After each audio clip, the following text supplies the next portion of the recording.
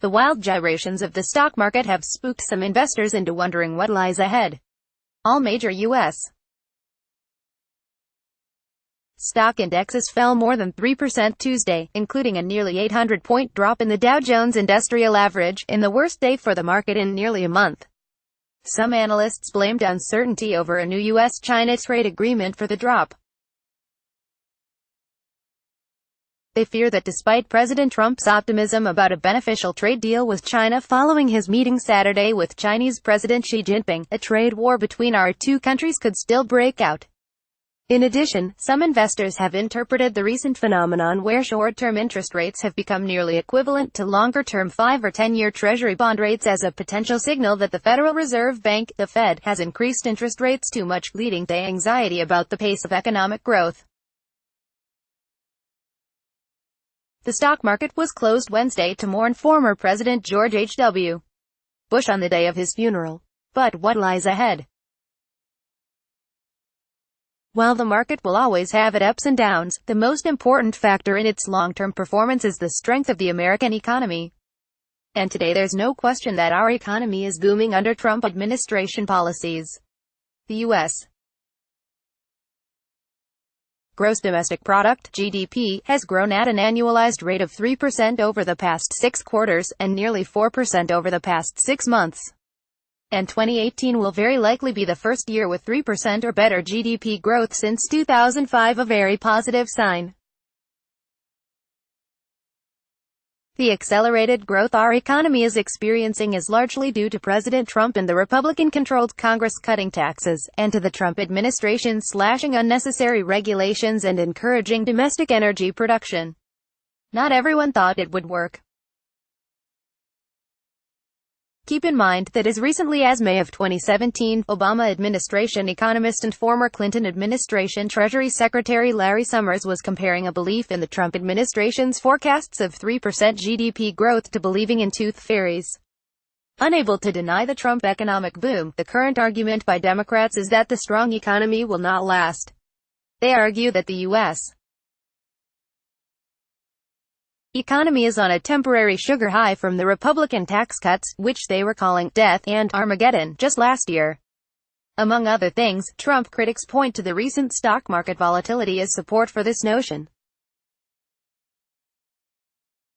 But while it's true that all recoveries eventually end, and at some point economic growth will slow, I don't expect this to happen anytime soon.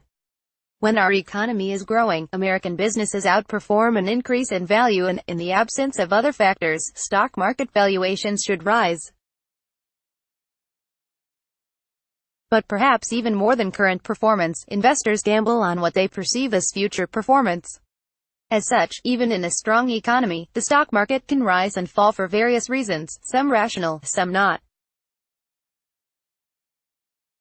One reason the market can fall is when the Fed increases interest rates. By definition, rising interest rates increase the returns on fixed income investments, like U.S. Treasury bonds and Treasury bills, along with corporate bonds. These investments are generally lower risk and generate lower returns than stocks.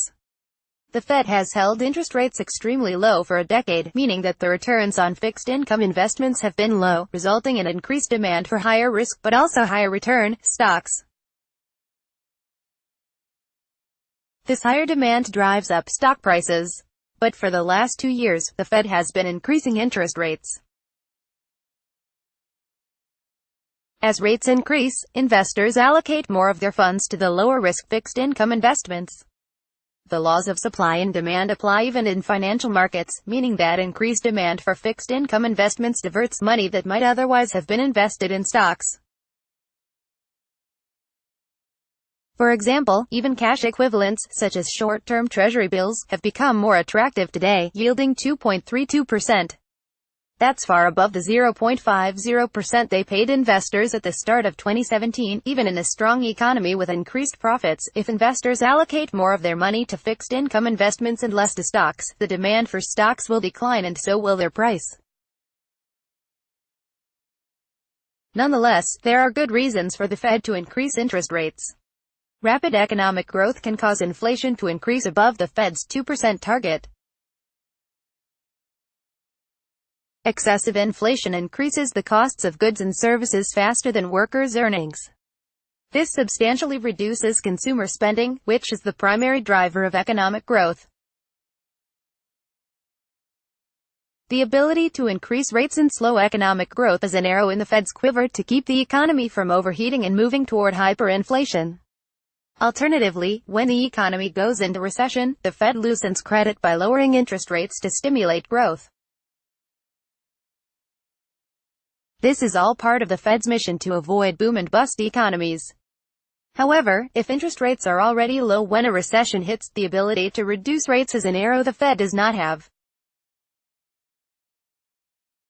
So even in good economic times, the Fed may increase rates, not to dampen economic growth but rather to, in effect, collect the interest rate arrows it spent to stimulate the economy when growth was anemic or negative. No matter the reason, the problem is that when the Fed increases rates it can signal an intent to slow economic growth.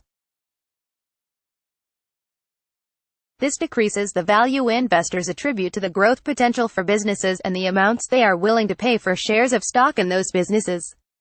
The key for investors is to distinguish between those times when the Fed is merely taking advantage of a strong economy to gather its interest rate arrows and those times when the Fed intends to slow economic growth to control inflation. If the prospects for economic growth are strong and investor confidence high, stock valuations can increase, notwithstanding the Fed increasing rates.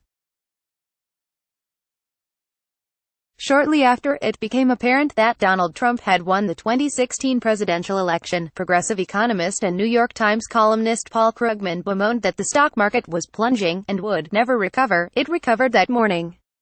2 years later, and despite recent volatility, the market remains over 35% higher than its close on election day just 2 years ago.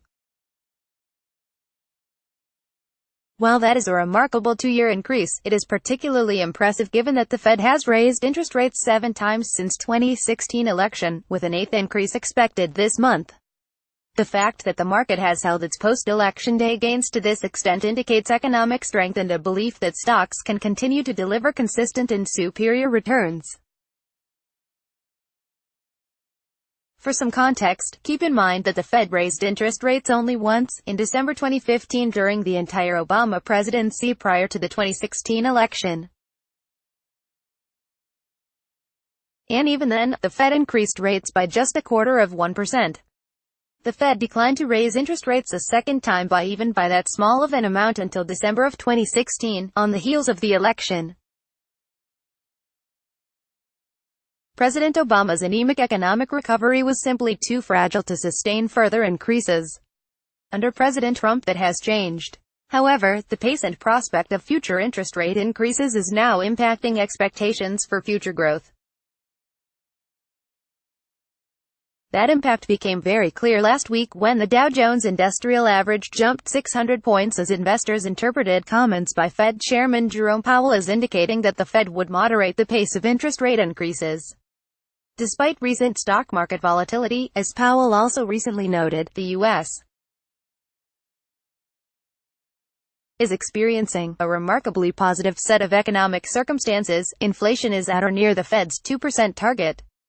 With meaningful economic growth and low inflation, a strong labor market is increasing earnings, employee benefits, and after-tax take-home pay, finally benefiting American workers who are left out of President Obama's recovery. It makes no sense to further stymie that growth by continuing to aggressively increase rates after increasing them 7, let alone 8 times in the last 2 years. Chairman Powell was right to recently signal that the Fed will be taking a more balanced and moderate approach. It's a signal investors should heed. As UBS said in a statement Tuesday, current rates of consumption, investment, and employment growth are not historically consistent with an impending recession. While all good things must eventually come to an end, despite what you may hear from the harbingers of doom, you shouldn't expect our economic boom to end anytime soon.